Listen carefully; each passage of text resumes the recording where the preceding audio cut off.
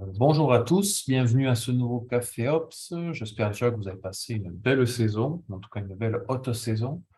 Je vais revenir très rapidement sur les chiffres de la saison. Euh, bon, d'abord la méthodologie, bon, je vous la laisse là si jamais vous avez encore des questions, mais ça n'a pas bougé. Je vais d'abord faire un petit zoom en arrière, prendre un peu de recul sur ce qui s'est passé sur les 4 dernières années dans l'entreprise RMD Technologies via qui on passe et qui permet du coup de connecter vos données et de nous les fournir de manière anonyme. Euh, s'est mis en fait à faire un peu comme ce format là que l'on fait nous, en parlant d'hôtellerie de plein air, mais il parle surtout de tous les départements sur lesquels il travaille. Et ça nous permet, nous, déjà, de nous comparer un peu euh, aussi par rapport à ce qui est passé. Alors là, c'est vraiment un zoom sur le locatif et donc sur toute la période, c'est-à-dire du 1er juillet au 30 septembre, donc c'est-à-dire du 1er juillet jusqu'au 25 août, où c'est du passif, et du 25 août au 30 septembre, où c'est des niveaux de réservation. Et c'est assez intéressant de voir comment, sur ces 4 années, ont évolué les taux d'occupation et les tarifs.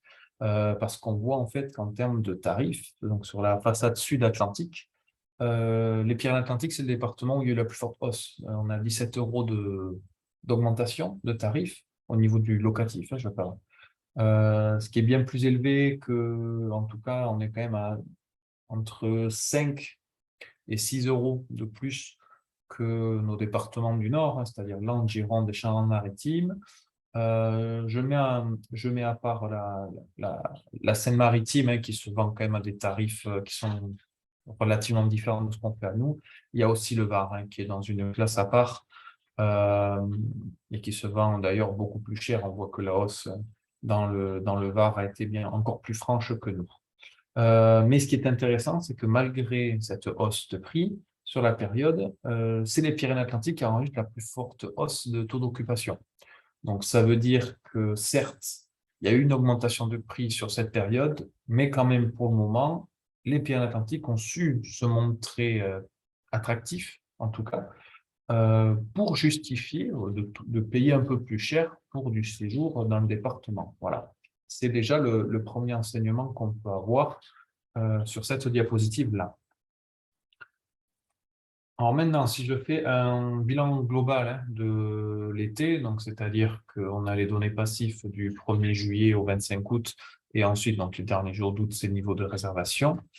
Euh, donc je compare ça avec nos autres sources de données, en fait.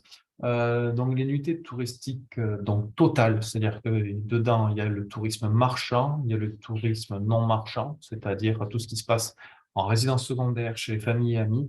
Tout ça est aggloméré et ça nous donne des chiffres, en fait, d'évolution de fréquentation sur les territoires. Donc si on prend par exemple l'exemple de Bidart, où la fréquentation en termes de nuitées est en hausse de 20%. Euh, c'est que alors, cette hausse de 20%, elle ne s'est pas forcément fait ressentir sur les taux d'occupation des campings, qui s'est maintenu, et même au niveau des meublés, le taux d'occupation a baissé. En fait, ça s'explique tout simplement parce que la hausse, elle est venue du secteur non marchand, sachant qu'à Bidart, entre camping et meublé, on doit être à peu près entre 80 et 85% de l'offre marchande, en fait, ça veut dire que c'est le non marchand. C'est-à-dire ce sont les résidences secondaires et les nuitées chez famille et amis qui ont fait cette hausse, en fait. Et ce qui peut aussi un peu être corrélé à ce qu'on a pu se dire avec l'inflation, c'est-à-dire que certains peut-être ont privilégié d'aller directement chez les familles et amis, ce qui a pu leur faire économiser des semaines de location. C'est possible, bien sûr. Ensuite, pareil pour le littoral basque, où là, par contre, l'augmentation est quand même plus modérée de fréquentation, même si on a 8%, c'est pas anodin. Mais pareil, au niveau des campings et des meublés, ça ne s'est pas fait ressentir. Pour le Pays basque intérieur, là, par contre, il y a un gros delta, c'est-à-dire que la fréquentation, globalement, elle est en légère hausse de 6%, la fréquentation totale.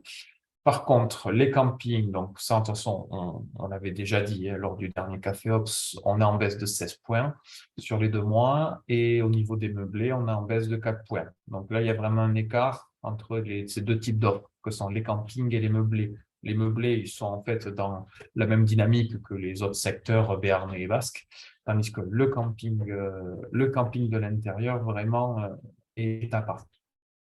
Et enfin, par contre, au Béarn, enfin, au niveau du Béarn dans son ensemble, euh, les unités touristiques donc sont stables, en fait, plus 1%, tout comme les campings. Donc, les campings du Béarn s'inscrivent en fait dans la dynamique touristique globale de la destination Béarn. Il y a juste les meublés qui sont un cran en dessous, mais qui s'inscrivent comme un peu la tendance des autres territoires avec 6 points d'occupation en moins. Et toujours au niveau de cette période-là, mais là, au lieu de vous comparer à d'autres sources de données ou d'autres types d'hébergement, là, je vous compare qu'en hôtellerie plein air, mais par rapport aux autres destinations au travail RMD.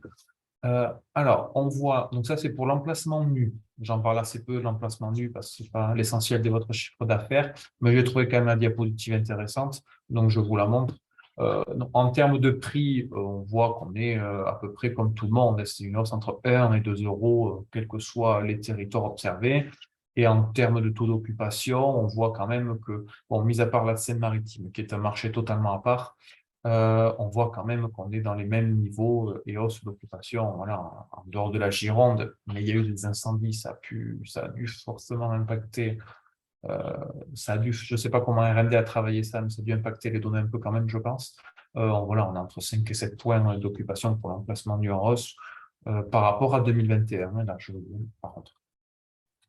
Et pour le locatif, alors pour le locatif, là, c'est intéressant, c'est-à-dire on voit il y a eu deux politiques de tarification relativement différentes.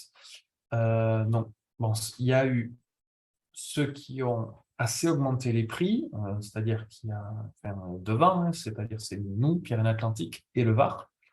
On est quasiment à 10 euros d'augmentation sur les 2 mois pour le locatif par rapport à 2021. Et il y a ceux, enfin, ils sont tout seuls, ce sont les Landes, qui ont plutôt fait une stabilisation du prix par rapport à l'année dernière. Et c'est là qu'on voit les différences. C'est-à-dire qu'on a donc Pyrénées-Atlantiques et Var qui sont en retrait de 4 points. La Gironde qui a augmenté entre guillemets que de 6 euros, c'est en retrait de 5 points. Par contre, les Landes qui ont stabilisé leur prix, ils ont pris 11 points d'occupation. Déjà que les Landes, l'année dernière, avait fait une bonne saison. Cette année, elle est vraiment très bonne au niveau des campings dans les Landes. Je ne dis pas que nous, elle est mauvaise, mais en tout cas, ils ont quand même pris 11 points par rapport à 2021, ce qui n'est pas anodin, et ce qui a dû faire pas mal de chiffres d'affaires d'ailleurs. C'est-à-dire que si nous, l'augmentation de chiffre d'affaires, on l'a réalisé en augmentant le prix, eux, ils l'ont fait en augmentant leur occupation. Et je pense que ça peut être un peu inspirant quand même par rapport au contexte et tout ça. Donc après, on ne sait pas l'été 2023. Quel sera son contexte, bien sûr. C'est encore trop tôt pour le dire, mais n'hésitez pas à rester en veille sur ces sujets-là. Ça peut vraiment impacter derrière, que ce soit en termes d'inflation ou en termes d'épidémie, ces grands sujets-là qui forcément impactent également le tourisme.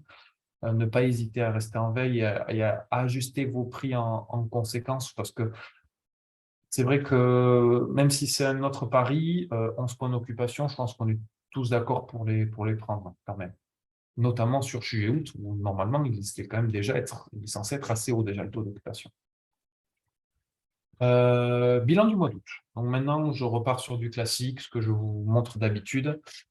Sur le locatif, donc pour ce qui est Bidart et Littoral Basque, bon, ça on le savait, les prix ont été augmentés. Malgré cette augmentation-là, ça n'a pas touché le taux d'occupation.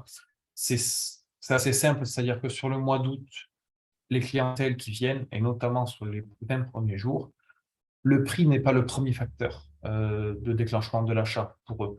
C'est d'abord, ils veulent la localisation dans la commune qu'ils veulent et à la période qu'ils veulent, c'est-à-dire première quinzaine d'août. Voilà. Et après, c'est qu'après que le prix peut interférer. Mais ce n'est pas la première raison de l'achat. Donc, ça veut dire que sûrement qu'il y a un plafond aussi, il y a toujours un plafond de prix à ce moment-là, mais c'est vrai que c'est c'est pas, comment dire, c'est pas contre-indiqué d'augmenter le prix à cette période-là, tant que ces clientèles-là sont prêts à la payer, en fait, pour avoir ce qu'ils veulent. Voilà, simplement ça. Et du coup, ça vous permet quand même de bien grossir votre chiffre d'affaires sur cette période-là, qui est quand même motrice dans votre activité.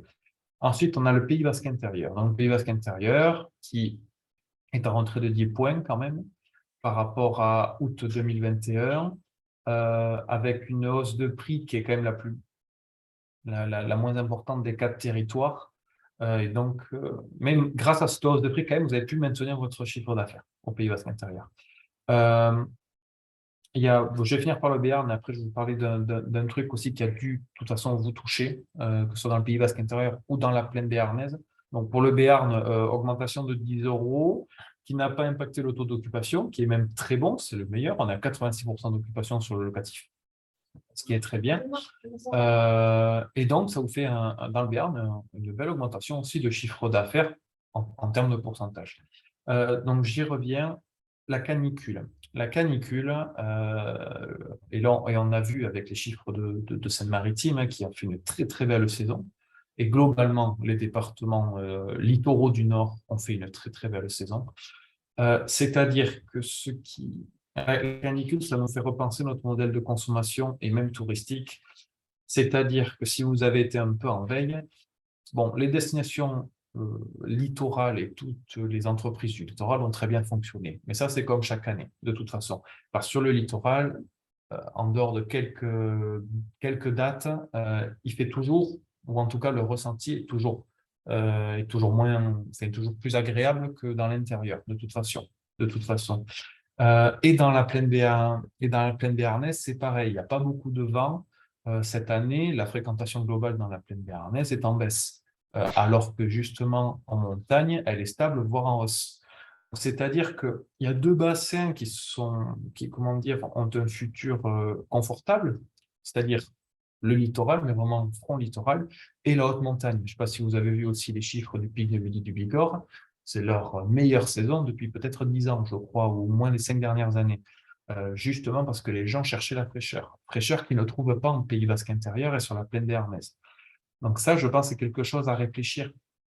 C'est-à-dire que d'accord, vous n'êtes pas dans un territoire comment dire, qui est attractif sous canicule, mais peut-être soit via des installations, soit via la communication, au niveau peut-être des gaves, au niveau de, je ne sais pas encore, hein, c'est pas forcément mon corps de métier, mais même au niveau de brumisateurs, je ne sais pas, mais en tout cas, rassurer les gens que s'ils viennent en vacances chez vous, ils ne vont pas subir la chaleur, justement. Voilà, peut-être mettre ça un peu en avant.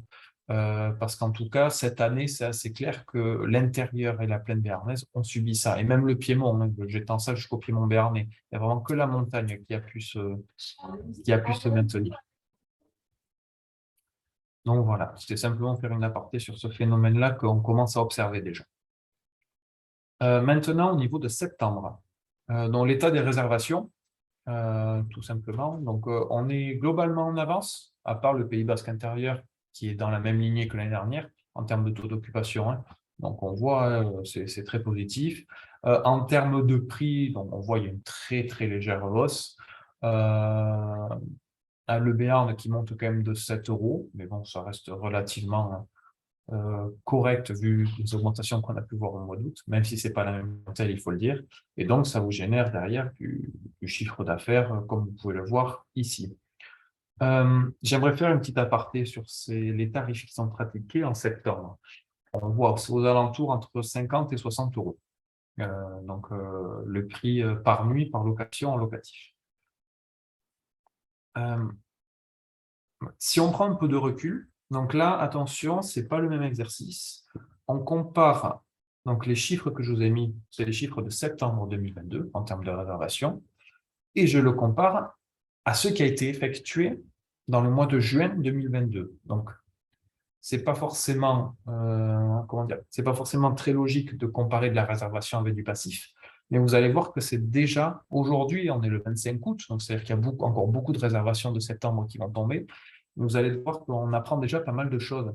C'est-à-dire qu'actuellement, par exemple pour la zone Bidart, on a 35% de taux d'occupation grâce aux réservations, ce qui n'est que 5 points de moins que ce qui s'est déjà passé au mois de juin, enfin, en termes vraiment de réalisé. C'est-à-dire que là, sauf accident, Bidart est sûr de faire un meilleur taux d'occupation au mois de septembre 2022 qu'au mois de juin 2022. Or, dans ce mois de septembre 2022, Bidart se vend 3 euros de moins cher que le mois de juin, ce qui n'est pas forcément logique vu qu'ils remplissent mieux.